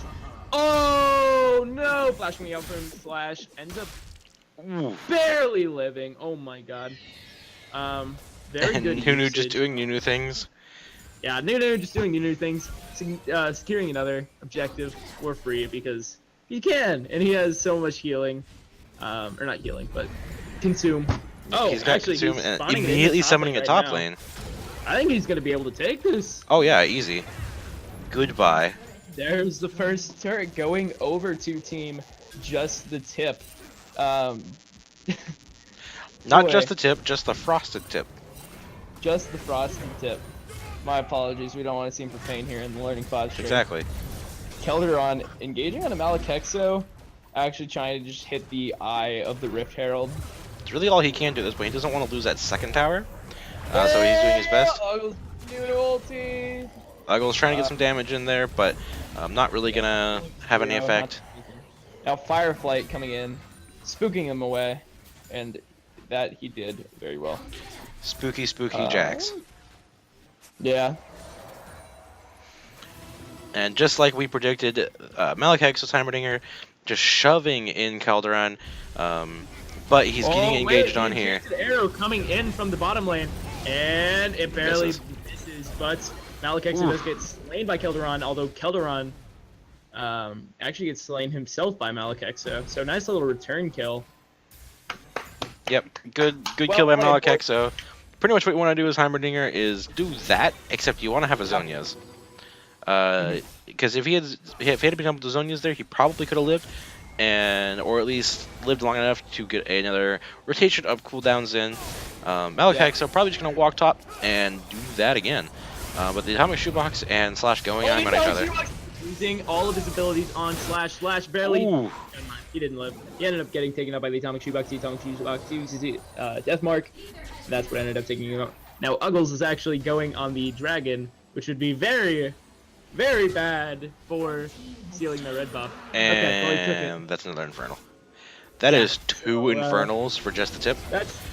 That's a lot of damage, mamma mia. That is 2. Oh no. And that's going to come into play in this next fight. Liliana being engaged on, and Magnoria using his ulti and then flashing, or Liliana using his flash rather. Firefly with a big stun on the multiple members. Pancake Whacker gets taken out by Liliana. Now Voodoo Air Force may be the next target, but it looks like they're going to be disengaging. Now the Atomic Shoebox is rotating down, maybe looking for an engage. He does not have ulti, but he does have, nearly has flash available for him. Firefly engaging on Uggles. Uggles with the big consume, ends up getting taken out by Magnoria. Now the Atomic Shoebox is looking, oh my god, deleting Firefly. Now Liliana and Magnoria are looking for the Atomic Shoebox, but it doesn't look like they're going to be able to. Why am I still on Pancake Whacker? Anyways, Malakexo doing a lot of damage. Malakexo. Oh, Voodoo Air Force with the flash forward using not Expunge, you know the one. And now Malakexo is getting engaged on by Calderon. Malakexo taking a lot of damage, getting engaged on a Slash. The Steel Tempest coming in, ends up slaying him, and that's a lot of kills all around the map. Oh my lord. My head is absolutely spinning here, Potato. I have no idea what's going on. That was a lot of kills that went over a long period of time for essentially no reason at all. Just people going way too ham. It's like multiple members of Steal My Red Buff are spinning as well. With the Garen, the Yasuo, and the Jax. Holy moly. That was a lot of kills that just happened. It's a lot of gold that went into a lot of people's pockets that probably needed it. But Slash is Yasuo, gets 2 kills. The Atomic Shoebox actually picking up a Duskblade Jackthar already, and he got the Ninja Tabi, which is going to be really good against this team from Steal My Red Buff, and it's going to be super good to have that extra armor, especially against this Yasuo, who's going to try and auto-attack him as much as he can. Reducing that damage is really important because he can deal enough damage just to kill this Yasuo without any problems at all. Although the Phantom Dancer are going to help him a lot in this 1v1 matchup. Yeah, I definitely agree with that. That's going to be 60% crit as well, so... Because Yasuo is a balance champion. Oh man, Yasuo, you know, he's the perfectly balanced champion, no complaints. Clearly. Alright, hold up. Kelderon being engaged on by Malakexo in the Atomic Shoebox. Now Kelderon running for his life, and it seems like he's going to get away. Atomic Shoebox using his Living Shadow to try and go forward a little bit. Fireflight in the middle lane, taking a bunch of towers from the, taking a bunch of tower shots. But it seems like Slash and Fireflight are actually going to be taking this middle tower. Yep, they take the tier 1 mid tower for free because they knew that Atomic Shoebox had just rotated top lane. Good rotation, boys. Yep, good advantage for blue side here. Getting that turret for them, that free turret in mid lane, that is a good couple hundred gold sitting in their pocket now. They are still behind on gold just because of the CS differentials in every single lane. And oh, that counter strike though. Oh yeah, Firefly getting a very good stun on multiple members. Now Malakexo is running out of health. The ignites coming in from Malakexo. Oh my god, as a return kill, both Slash and Malakexo both fall. And now Fireflights and Kelderon are left in the middle lane to defend their tower. Now Fireflight flashing forward onto the Atomic Shoebox. The Atomic Shoebox using his Death Mark to get a bunch of damage on Fireflight. Fireflight being taken out by the Atomic Shoebox, and now Kelderon for Uggles. Uggles taking a lot of damage, giving a lot of damage in return with his auto attacks. Now the Atomic Shoebox and Kelderon are going to be, are duking it out. Kelderon flashing forward. The Atomic Shadow barely not having enough damage to take him out, but he does get away. Yep. That was a 1-for-2 trade in favor of just the Frosted Tip, and that was such a good fight by them. I don't think Malakexo needed to die there. I wasn't paying attention exactly to what he burned there, but he is going to get some assists there. That Morella is going to do really good for him. The healing from Garen and Jax late game are going to be big, so I can understand buying that. I think Zanya's would have been a better pickup. Zanya's would have been a better first buy, but Morello's is just a good pick on mages in general. Gives you so many good stats, so I can see why he picks it up.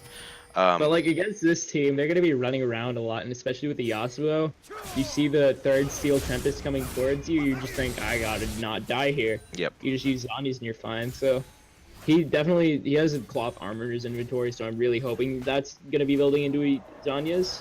I'm like 90% sure that's his next buy, because he already has 2 boots, so he's likely not going for Ninja Tab by this game. I do want to mention that I do believe you are a few seconds behind me again. Spectator delay, woohoo! Spectator delay, woohoo! Cloud Drake is the next Drake coming up in about 45 seconds.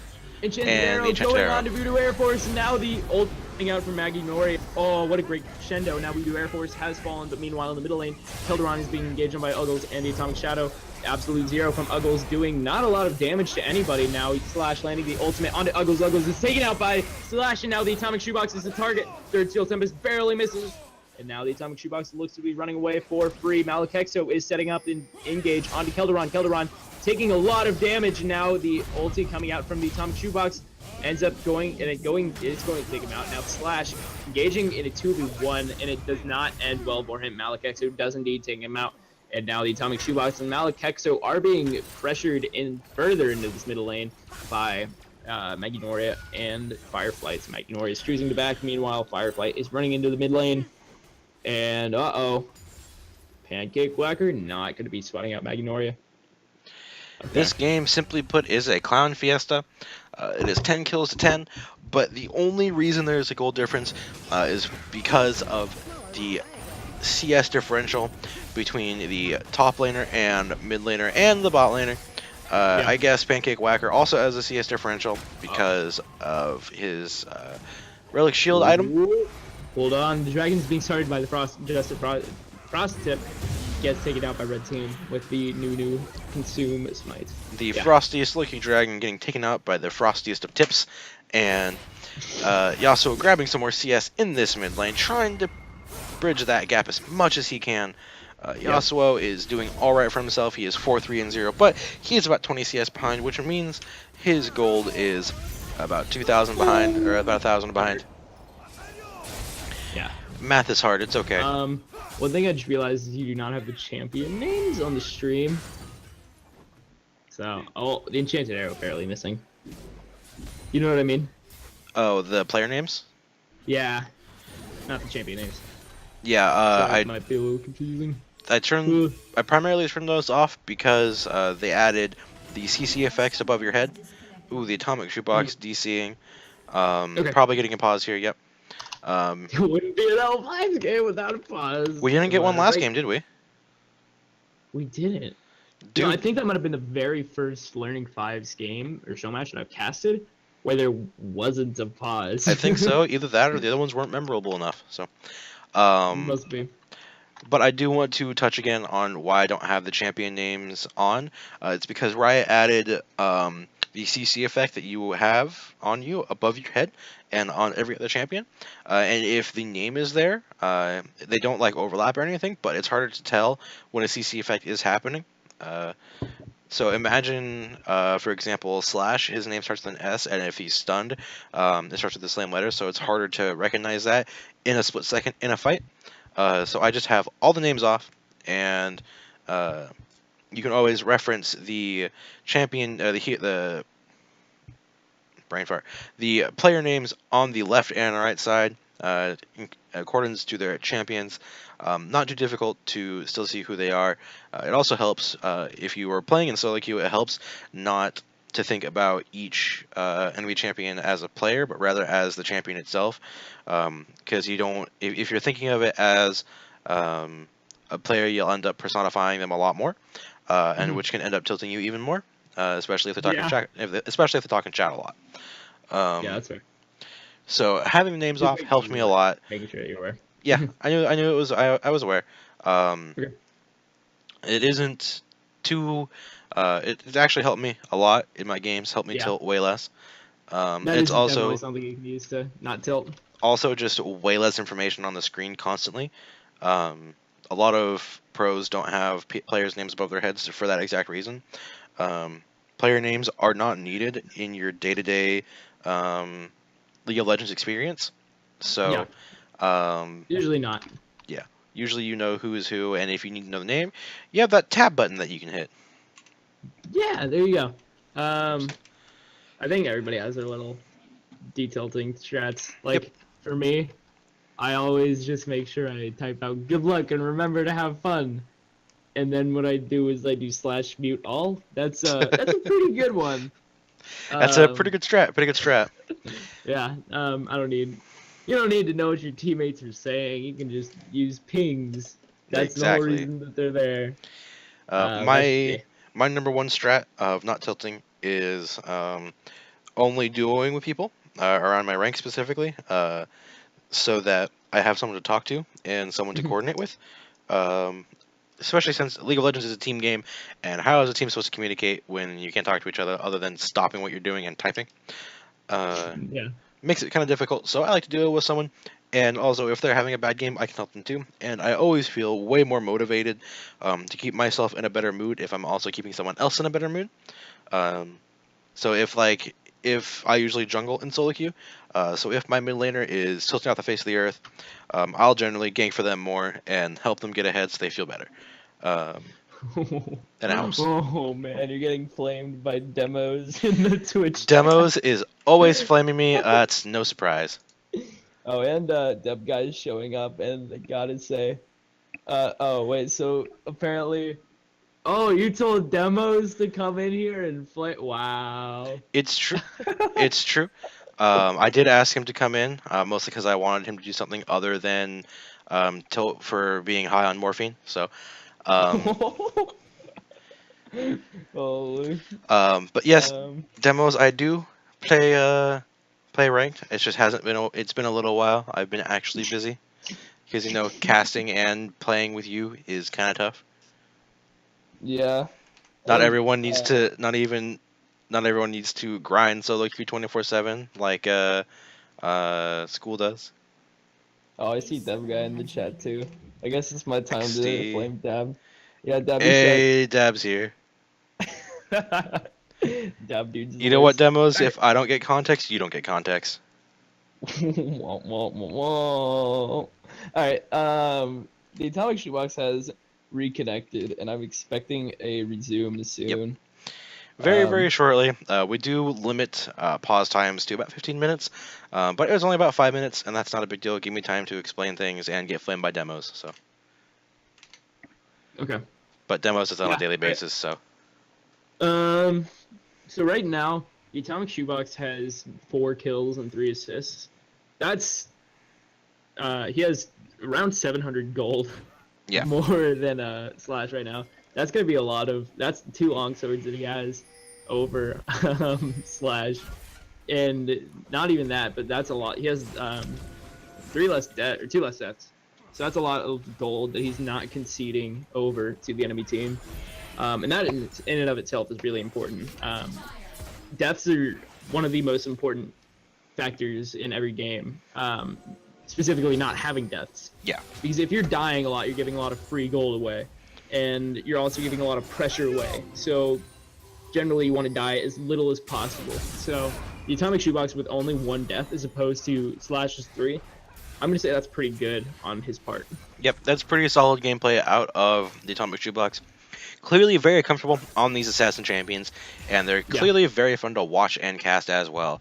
Oh boy, yeah. Zed is one of those champions that is super fun to cast. I only wish that it was Zed versus Echo instead of Yasuo, just because the ability names of Echo are super fun to say.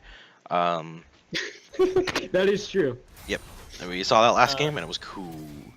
But Uggles' zombie Nunu recalling, getting some more items. He started off with a Warmogs, which is alright. He gets a lot of HP that way, and gets even more because of the Cinderhulk enchantment. Grabs that chain vest for more armor, because why wouldn't you against this team? Looking at the CS difference in this top lane, though, this top lane matchup, that is a 60 CS difference. To be expected against a Heimerdinger. This Garen is going to be nigh useless. He's actually behind in CS to his own jungler, which shows just how far behind Garen is.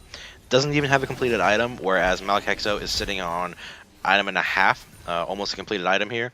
Only needs a couple hundred gold to get that Zonia's Hourglass, and he's actually going to go back and get it probably right now. He has the gold for it, and I suspect that he's probably going to push this wave and get the heck out of there. But there is a 5-man stack in the bot lane versus the 4-man stack of Team Just the Frosted Tip. So we'll see if a giant team fight happens down here, Potato. It looks like the arrow's coming in. Potato, your mic is muted. The Lantern getting blocked by the wind wall there. Zed shadow dashing away to get out, and nothing else really happening there. Uggles getting blown up, and that is about it for that fight. The Enchanted Crystal Arrow hitting. It sure was. I handled the play-by-play on that one. It's okay. And Pog Champ, Liliana hitting another Enchanted Crystal Arrow. Oh, the hook landing onto Calderon, and Pancake Whacker not actually following up on this. Just BMing to stop the back, that's all. Yeah. Primarily because if you look at the top lane... work in this tower. Oh my god. Actually taking out the tier 2 tower in the top lane. Now Firefight is actually looking to engage with the multiple moments. Flashes all over the place. See Crescendo coming out from Magnolia, and the hook onto Firefight. Pancake Whacker barely living with his shield. And now the Atomic Shoebox in the back lane taking out Liliana. And now potentially looking for more. He's waiting on the hunt. Off the cooldown. Flash coming forward from Malakexo, landing onto Magnolia. Atomic Shoebox takes the kill, and it now has the title of Unstoppable. And now Voodoo Air Force and friends are going to be looking for this tier 1 bottom tower. Let's see. Tier 7 Mastery Flash. Feels good. Yeah. So one interesting thing about Heimerdinger's turrets under tower, for those that don't know, the tower focuses champions that have recently damaged an enemy under the tower first, and then it targets pets, i.e. Heimerdinger turrets, Annie, Tibbers, and Ivern, Daisy. And then it targets cannon minions, and then melee minions and caster minions. Oh. Fireflight. Uggles getting... Oh my god, so the smite coming through. Uggles being engaged now by both Slash and Fireflight. But unfortunately, they just take the... Uggles just takes the Dark Passage from Pancake Whacker into safety. Yep. But the Heimerdinger turrets actually stop the turret from hitting the minions, which actually builds up a bigger wave for later. So that's why Heimerdinger pushes absolutely immensely. No. Feels bad, man. Calderon looking to be a little bit caught out here. 4 members. Wow, almost gets caught out by 4 members of Team the Frosted Tip. But she had extra The movement speed coming into play there. Movement speed is a surprisingly overlooked stat in League of Legends. Everybody says Hold the on. Not only the movement speed, the tenacity yeah. is really what got him out of there. The Heimerdinger wasn't able to stun him or slow him enough. Alright, we'll get back to that in a second. Calderon being engaged on the Atomic Shadow and Uggles to the crescendo from Magnoria landing onto Uggles. That's really bad that now Magnoria doesn't have that anymore. Now Calderon looks to be the target for multiple members, but they are turning their focus to the Cloud Dragon. Cloud Dragon's going to be running very low. Now the Atomic Shower clearing some, the Atomic Shoebox clearing some useless vision from the Dragon Pit. Uggles using Consume Smite to take out the Dragon. Malakexo looking for the empowered stuns onto multiple members. It's not really going to be enough. Oh my god. Arrow coming out. Fireflight with a big stun onto him. Slash getting the kill. And now Voodoo Air Force getting the Dark Passage out of there. Malakexo is going to be the next target. Malakexo is a little bit slowed. Pancake Whacker with a great the box. Now Malakexo ends up getting taken out. And the Team SMR is going to be looking to run to Baron right now, actually. To steal my red buff. I'm going to be clearing some vision. Finally spotting out that red board. Choosing to clear it. But Team the Frosted Tip does have a Nunu available. He's not rotating down right now. I think that's a little bit of a mistake. It's going to be up to Voodoo Air Force and Pancake Whacker to take this Baron away. Hook coming in from the Pancake Whacker. Now Uggles a little too slow on the rotation. I think if he had taken that blast cone, then he would have been able to consume Smite it away. He was a split second too late there, but if he had actually just gone straight there, there was a very real possibility that he could have just taken that over beforehand. There was very little, if not no, vision from the side of Team Steal My Red Buff, so it would have been pretty easy for Uggles to just hop over, grab that, and you'd probably die for it, but it would have been worth. The Atomic Shoebox dying in that fight there gives Team Steal My Red Buff a free Baron, free kill, and clearly inting on this Zed, and hopefully we'll see that not happen in the future. Oh my god. Alright. Everyone is clearly inting in this game, considering it is 13 kills to 12. Yeah, if you have a death, then you're inting. Yeah, it's basically. Wait, oh. For a second there, I thought that, oh, the Atomic Shoebox disconnecting. Unlucky. For a second there, I thought pause. Alright, I thought Malakexo actually crit on a minion, but that was just Voodoo Air Force. I don't know why I thought that was even a possibility, but You alright, friend? boosting casters? XD is demo slamming me again. Let's disregard that for now. Uh-huh. I'll have a talk with him later. It's alright, don't worry. But we have a Baroned up Team Steal My Red Buff trying to push lanes, but not really doing it very well. They're spending a lot of time in the jungle and the river, rather than trying to pressure these towers, primarily because they are running essentially a 4 melee comp, except one of those is a Sona, so I guess it's like a 3.5 melee comp. But Liliana, what do you mean? I mean, yeah, Definitely arranged. Liliana is a ranged has a ranged champion, but that's it. That's the only real range they have other than Sona. But Firefly going in and gets the flash from Uggles. That's all right though, because Uggles doesn't really need flash. Yep. And you see here the difference in damage between Shadow Assassin, Kayn, and Zed. They're going in. Very large. Now the crescendo coming out, doing lots of damage. Everybody's dying. Slash is dead. Calderon is dead. Flash is forward, all over the place. Malakexo looking to do some damage. Gets a stun onto the Magnoria. That's a triple kill for Voodoo Air Force. Now they're going to be looking to extend this lead into the mid lane even further. They might be looking to take an inhibitor here. It's only Fireflight and Liliana.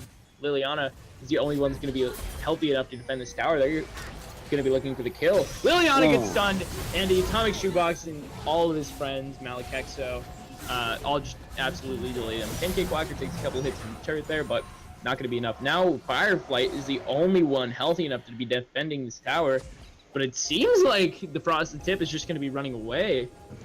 Yep. Not going to be looking for any mid lane penetration. Ogles went to take the red too buff easy. for whatever reason. They decided not to take that inhib, which was basically free. They had plenty of time to grab that really quick with the Twitch and Zed, able to melt down turrets and inhibitors with ease, but looks like they're going to 4-man this bot wave. Oh, yeah. What a good objective for them to take. Yeah, they didn't push that lead well enough. They definitely should have gone in on Fireflight, used their Yep. numbers advantage with a 4v1, and just taken him out. Yep. But instead they just ran around in bot lane, and I don't even think they're going to be able to take this tower. Actually, they likely are. Twitch does a lot of damage Yeah. to towers. nobody's actually going to defend that tower. 1v1 going onto the mid lane Slash with the Atomic Shoebox. The Atomic Shoebox getting a death mark onto Slash. Oh my god, the Atomic Shoebox using his Living Shadow to get away at the very perfect moment. Very well played from the Atomic Shadow. Well played, the Atomic Shoebox. Doing very Oh well. my Oh, God, walking back into it. Malekexo. Malekexo. Malekexo getting deleted by Fireflight, and now they're going to be looking for more, maybe? He walked back that into it. Is pretty alone. Potato. Oh, yeah. He walked back into it. All he had to Really do was not walk that exact way, and he was Oh. fine. Oh. He's just gonna hop over the wall, no big deal. Yep. Now, But Kelderon. Calderon in the wrong place here. Just walks away. Well, I'm not gonna lie. Kelderon played that very well. He used What, his walking out? Q very well. No, pretty much. He used his Q at the very perfect moment to negate the stun, or not the stun, the slow from Nunu and from Voodoo Air Force, and ended up walking away for free. Yep. Calderon being very tanky on this Garen without Adaptive Helm. He's gonna take less damage from that the Twitch's auto attack buff from his ultimate, which is actually impactful. It just means 20% less damage from Twitch's ultimate on his face. Actually, it's not attack, or it's not all spam spells. It's just magic damage. Is it Oh, I magic guess- damage specifically, or does it just says the same spell or effect? Magic damage. Yeah, you're right. Okay. Ignore me. Yeah. It's for I don't the know the that. Heimerdinger is what I meant. Yeah. Clearly what I meant. And Uggle's just throwing his face at the enemy team. Around, Absolute Zero coming out, getting a bunch of slow onto Calderon. Oh my god, big crescendo onto multiple members of Team the Frost Tip, but it doesn't seem to be enough. Everybody's dying. Slash himself getting taken out. Now the Atomic Shoebox is dead. Fireflight, Calderon, and Slash all Penta? dead. Now Liliana flashing away in order to try and survive. Still alive, and now the Frosted Tip are rotating towards this dragon. This will be their third Infernal Dragon of the game, Oh. which will end up giving them a 24% increased attack damage and ability power over Steal My Red Buff. That's a lot of attack damage, and that's a lot of ability power all across the board. That is a lot of stats that just went over the way of Team Just the Frosted Tip. The Atomic Shoebox getting taken out there, but that was a 1-for-3. That was a worthwhile trade for that dragon. Oh man, that was so good for them. But you have to admit, those crescendos are really awesome looking. Yeah, Magnoria has insane crescendos. Yep. I really want to see Malekexo buying a Rabadon's just so he can have the 24% increase ability power from the 3 Infernal Dragons, plus a 35% increase of ability power. That'll be the Rabadon. XD moment where you just throw down a turret, and then you throw down another turret, and then you throw down another turret, and then you press R, and then you throw down another turret, and then you Zonias, and then they die. Yeah, that's the dream. That is the literal dream for Malekexo here. He's going to rotate with the team just like a good Heimerdinger should do. If you want to play Heimerdinger in solo queue, I don't suggest it, but this is what you want to do. You don't just want to sit in the side wave and push infinitely because the enemy team is just going to murder you. You basically end up being kind of like a backline carry where you're Liliana using the enchanted arrow ends up connecting with Pancake Whacker. in the The back. Atomic Shoebox seems to be a little bit too far ahead, but not far enough ahead to where they can engage on him. Yep. But what Heimerdinger ends up doing, he tends to just be like a stun bot and a rocket bot in the backline, and then whenever an engage happens, he starts dropping turrets, and then he drops turrets also help push the wave. So he ends up needing a lot of CDR and a lot of mana regen, but you see here that he's doing his job really well, although he eats the arrows to the face for no reason there. Going in on Fireflight though.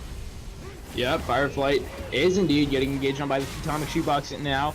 Pancake Whacker looking for. Oh my god, Gelderon just got deleted. Yep. The kill goes over to Voodoo Air Force.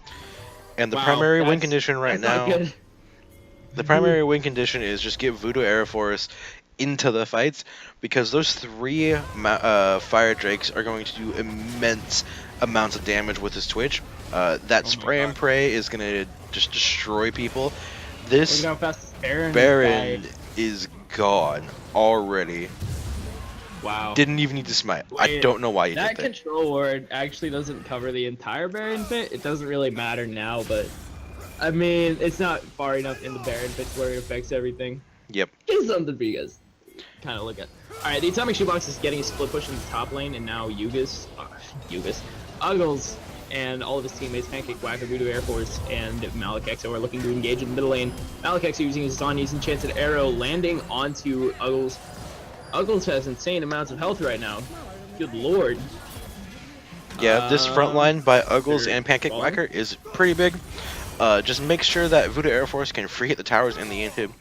The Blood Yep. Boil passive that... Gelderon getting hooked Oh, no. by the Pancake Watcher. Oh my god, another great crescendo coming in from Magnoria. Tons of damage going on to Uggles. Uggles running almost out of health. Meanwhile, the Atomic Shadow almost kills. Oh my god, Atomic Shadow and...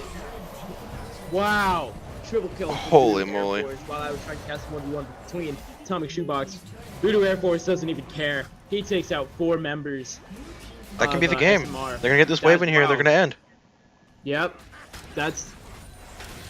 wow. Voodoo Air Force showing up huge in this game. 12-1-5, and Malakexo setting up those fights and getting that last kill. Feels really bad for the Atomic Shoebox, who ends up building 6 tiers. Feels Love that build. double win, man. That is well played. GG by the Frosted Tip. Holy cow. That Nunu really came into effect. Ever since that level 5 taking that first Infernal Dragon, that was such a big edge coming in for the Frosted Tip. They just had they had, what is it, 8% increased ability power and attack damage all across the board. That's really, really, really good. And that's exactly what you want to see from a Nunu. So at the beginning, before the game started, we said Nunu's goal is to make the other jungler as useless as he is. Now, while Fireflight wasn't nearly as useful in securing objectives, Nunu, or Fireflight was very useful in fights, but Nunu just got everything for his team. 2 Barons, 5 Dragons, the Rift Herald on his own. That's insane. He helped secure that first top tower to help Malakexo start roaming all over the place. That was just very well played by Uggles and his everything that he was doing.